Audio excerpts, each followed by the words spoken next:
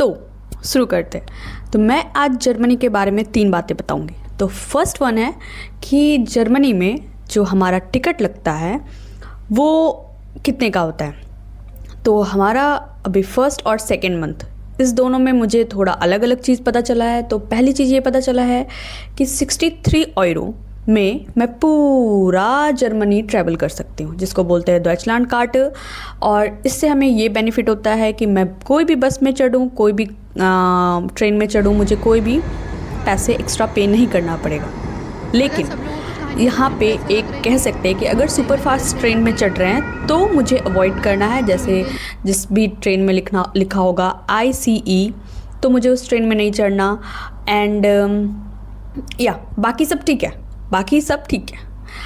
हम किसी भी बस में चढ़ सकते हैं, जो भी यहाँ की पब्लिक ट्रांसपोर्ट होगी, कोई भी ट्रेन में चढ़ सकते हैं, RE स्पेशली या U बान या S बान में।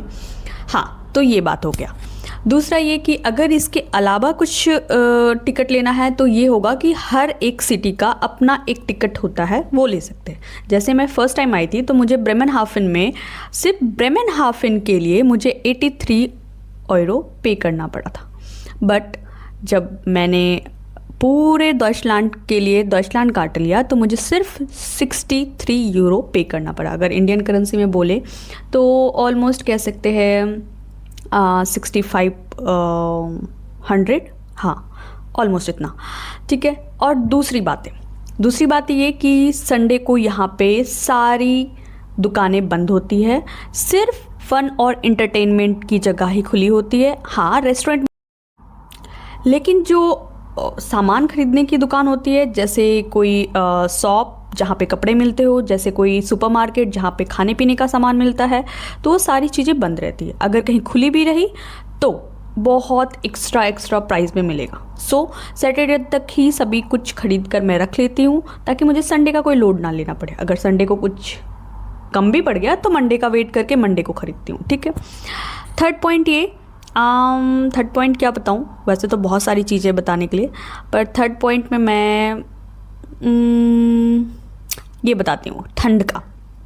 तो यहाँ पे ज़्यादा ठंड बाहर रहता है, घर के अंदर ठंड नहीं रहता। अभी जो मैं स्वेटर पहनी हूँ, मुझे गर्मी लग रही है थोड़ी थोड़ी, but still I wear it, क्योंकि मैं अभी बाहर से आई हूँ।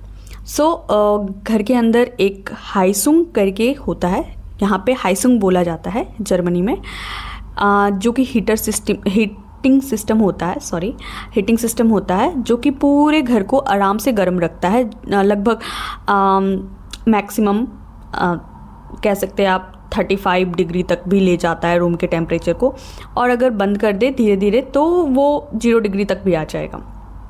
यहाँ पे वो टेम्परेचर अपने अकॉर्डिंग बढ़ा या घटा सकते हैं, मैं आपको दिखाती भी हूँ। ओके, ये 3 बातें थी। घर के अंदर आप हाफ पैंट और हाफ टी-शर्ट पे भी रह सकते हैं, कोई भी प्रॉब्लम नहीं होता है। बाहर जाते टाइम लगभग 2 लेयर कपड़े लेने होते हैं, लाइक एक स्वेटर और एक जैकेट, जो कि -डिग्री तक भी चला जाए, ऐसा जैकेट हो तो बेटर है। इनर पहन सकते हैं। एक्चुअली बाहर जाने के टाइम ही हमें थोड़ा ख्याल रखना होता है, लेकिन वो भी बस में ठंड नहीं लगती। कहीं हम ऑफिस वगैरह जा रहे होते हैं, ड्यूटी जा रहे होते हैं, तो वहाँ ठंड नहीं लगती। सिर्फ रास्ते में पैदल चलते टाइम ठंड लगती है थोड़ा दूर, और थोड़े आसपास अगर करें तो वहाँ ठंड लग सकती है।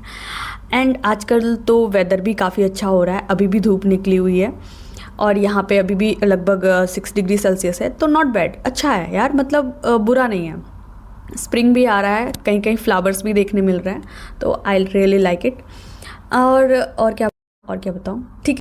हाँ, आसपास अगर कहीं घूमने जाना है तो डेफिनेटली आपको अच्छे कपड़े पहन के जाने पड़ेंगे। अच्छे कपड़े मतलब फैंसी नहीं, हाँ फैंसी भी, बट गर्म कपड़े, क्योंकि यहाँ पे कितना भी ठंड ना हो लेकिन फिर भी ठंड रहती है। क्योंकि मुझे लग रहा है कि आसपास आजकल धूप आ रही है, बट स्टिल बाहर का टेम्परेचर जो है वो बहुत ठंडा रहता है, मतलब लाइक 5 डिग्री 3 डिग्री ऐसे धूप है, बट वो काम नहीं करती है धूप जैसी। हाँ, यहाँ के जो ट्रेन्स वगैरह हैं वो काफ़ी अच्छे होते हैं, उसमें आपको ठंड नहीं लगती है। विंडोज़ होती है, पर विंडो से आप सिर्फ देख सकते हैं, बाहर की ठंडी हवा का आनंद नहीं ले सकते, क्योंकि वो सारी पैक होती है, जो कि अच्छी भी है। और क्या बताऊँ, बाकी बातें नेक्स्ट पार्ट के लिए छोड़ते हैं। बाय, राधे कृष्णा।